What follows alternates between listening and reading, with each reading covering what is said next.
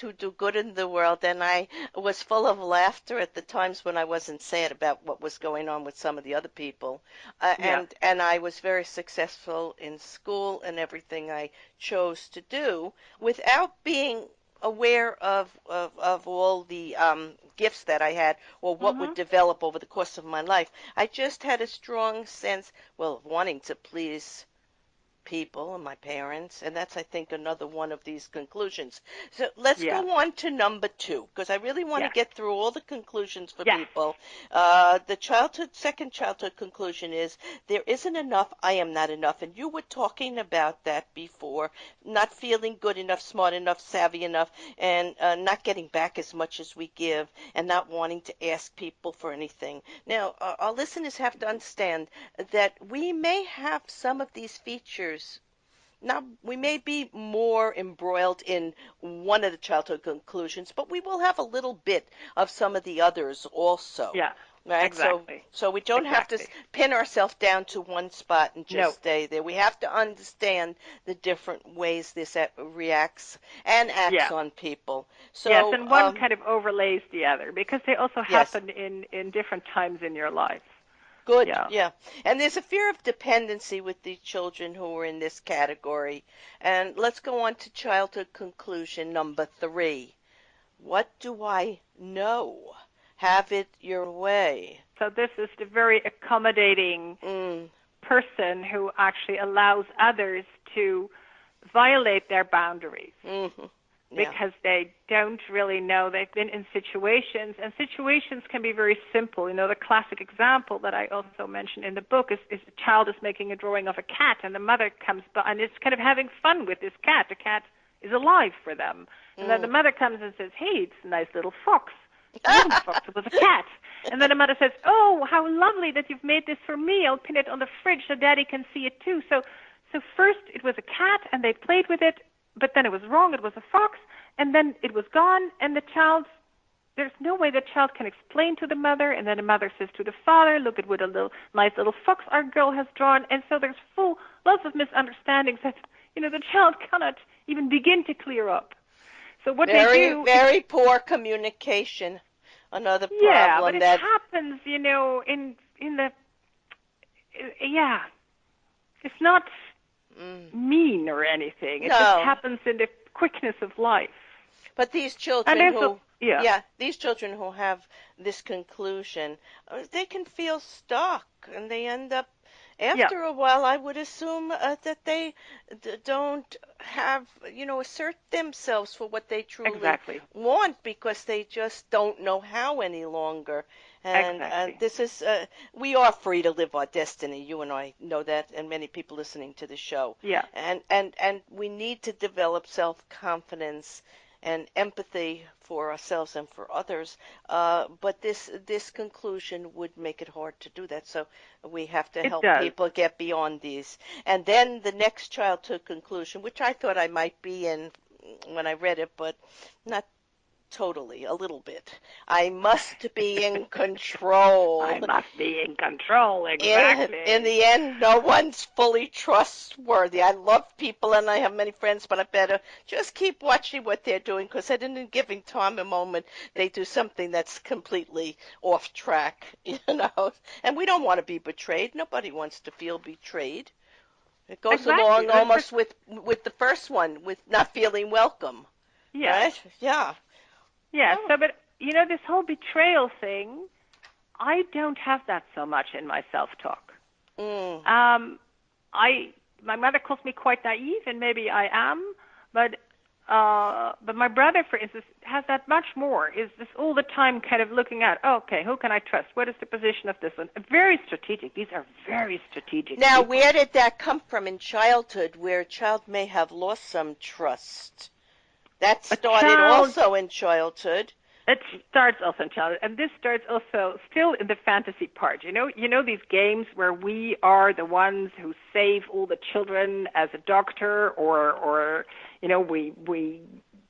The hero. we're the saviors, we're the heroes, we're the Yeah, princes and the princesses, yeah. and we also have imagined that we have such a role for one of our parents. like the little boy will kind of, the father isn't home often, away for work or whatever, or away anyway, and the boy thinks, I'm actually my mother's partner. And the girl, the same. She kind of goes like, well, my mother, but I'll dress up. I'll be daddy's girl. And the father can kind of play into that a little bit. It can be innocent. It can be not so innocent. But then in the end, the parents are the parents, and the child is the child. And so that little heart is broken. Mm. That little heart is broken, and if I can't trust my parents, who can I trust? I Yes. can actually not trust anyone. So it's really the broken heart, but it's also the big heart that wants to give and to save and to help others. Yeah, it's a child who has a lot of charisma, you say, Yeah, and can help other people achieve much more than they thought. They're all well loved, but when they can find it in themselves to begin to trust life more, they can do even greater things than they're doing. exactly. I So call this, them noble hearts. They're very yes. noble. All right. And then we've got the fifth childhood conclusion. Yes. I think you were talking about this before. See, I Yes. don't really have much of this at all. I must conform to fit in. I'm a bit of a rebel myself. Yes, I don't know you very well, but I would not think that five applies. Five are the people. Do you know these people who you look at them and there's not a hair out of place. Yeah. They're immaculately dressed, and they can dance for an hour, and they come off the dance floor, they're still immaculately dressed. And that is actually kind of to remain an outer facade because you think that is needed, because you feel like you're a little bit odd or a little bit weird, or you weren't really understood as a child. So then you go like, okay, so I must conform, I must learn the rules and then behave accordingly. But of course, on the inside, all the time you feel, oh my God, am I going to be found out that I don't actually know how things go? So this is all about discovering Yeah. your I, authenticity. I have to say something funny that comes to mind here. When I watch the news, a lot has been going on in the world and in the United States right now. And Hmm. I watch the people in Congress and I look at them, I say, how do they have any time to work on the laws and the changes we need in society when all they do is worry about their appearance? They're exactly Yes. what you just Groom described. themselves. They are groomed and they don't have a hear. And but I hear things as a sensitive. I hear things come out of their mouth that is totally irrelevant to the work they should be doing. And I'm kind of saddened by it, actually. Yeah. So maybe politicians are drawn, they have this childhood conclusion and it for some reason draws them into political life. I don't know, but Well, seem to be a lot of them. there is um, in these people, because we also started to speak about the gifts, Yeah, because each of these childhood conclusions, we jump higher, let's say, to start a metaphor, to a conclusion when it is connected to a gift we have. And there yeah, is a gift of leadership in this fifth childhood conclusion. There's lots of people who are leaders, but because a leader is also a pioneer, somebody who does things that others don't do or sees things that others don't see. And then when you're small, you live in a pack and you live in a family, and it's kind of let's all be the same. And you're kind of sometimes a bit played down for that. So then you kind of go, okay, I better behave. But within, I think this is also one of real leaders. well, Both 4 and 5 they really are might leaders. they might be keen observers of others, but they need to give up on being perfect. That's not Yeah. attainable anyway. And if they're We all lucky, need to bow our head. yes, We are to the perfect imperfection of life. yes, that is very, very true. And we may learn if we're very lucky that life can be quirky anyhow, and Yes. it's okay. But they have to get beyond some of the appearance in order to be a really good leader. They have to really be beyond themselves, and unfortunately, I see too many, maybe in this category, of being too much into themselves. That's me personally, as I'm judging, from what I'm reading here. Yeah. But someone else, of course, will see something else. But the Mhm. point is, how would we remove these damaging childhood conclusions? Where do we start? You have a term, turning a childhood conclusion is your term for transforming the unhelpful thoughts that stem from early childhood and our experiences. So how would we begin? There are three clues that you give that we must start to do before we can turn this around. Yeah, so the first thing is to start to recognize these thoughts. Mm, Just so we must start to listen to what we think, because our childhood conclusions are actually not they don't have much fantasy. They keep repeating the same thing over and over. So so when you listen to yourself and you hear all the time, I should be in control. I cannot trust anybody. Oh, what's happening there? Oh, I must be, I must be the one on top. I must win. Then you go like, oh, there is a pattern there. That's kind of a mm, holding pattern.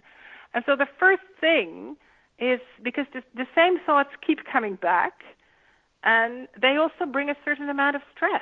They stress us yes. out. And you can notice that in your body. When I think I'm not enough, I contract. And also these thoughts often contain the words always or never. I will never be enough. It's kind of a bit of a we're the victim of our thoughts, and it's exaggerated. It's Ab- exaggerated. Absolutely. And you also give a formula for healing some of the common ways for us to work through any of these childhood conclusions. You say we have to recognize the thought pattern, then we have to shift the focus, and then, very important, we have to thank ourselves. So again, it's getting back to the thought, we're not perfect, we can't be perfect, we don't have to be perfect. We can thank ourselves for small or big advancements in our thinking and in changing our habits or behaviors. So, and you also say to invite the anger back from a time when you were younger, Mhm. and then to, with your grown-up self, feel it in your body, and it won't do the same thing to you any longer because you're way past that memory, that hurtful memory. And I really think that was wonderful, wonderful. So I want to thank you, Lisette Schuitemaker, author of The Childhood Conclusions Fix, for a study of how a child makes assumptions and conclusions, even from events perhaps before their birth and then after Mhm. birth, and which color their world, often traumatizing their sense of well-being and joy, and how through these thoughts, and how though these thoughts may be justified or not, perception is everything, affect them until rethinking their fears and limitations in adulthood will take them past what has happened in the past, and they'll be able to release them as they are no longer real in the present time. To find out more about the 5 childhood conclusions and to purchase this book, go to LisetteSchuitemaker.com. In summarizing today's episode of Healing from Within, Lisette has clearly, precisely, and intuitively offered an in-depth description of each of the 5 childhood conclusions that influence all of us, even past our original childhood memories and fears, and are still at work in our decision-making process as adults. If you study these conclusions, I am sure you will find yourself and those that you love and know and work with in your family or wherever in your life described in 1 or 2 or more of the conclusions offered, and you may understand why you may at times hold back or move away from some of your greatest needs or talents. And once understood, your thoughts can definitely be rewired and behaviors and attitudes improved for better living. Lisette wrote, turning the negative thoughts that arise from the childhood conclusions is like making a U-turn. On the highway, when we have missed an exit, we may drive quite a while in the wrong direction before we can turn back towards our destination. On a country road, we will have to find the right spot where we can reverse and not present a hazard for other traffic that cannot see around the bend. I propose that the U-turns we make when we stop to thank and feel our childhood anxiety, needs, anger, fears, and shame be called Why, oh, U-turns. U-turns bring us out of the fix. They take us out of the contracted space of the dependent child where we are fully focused on what we need.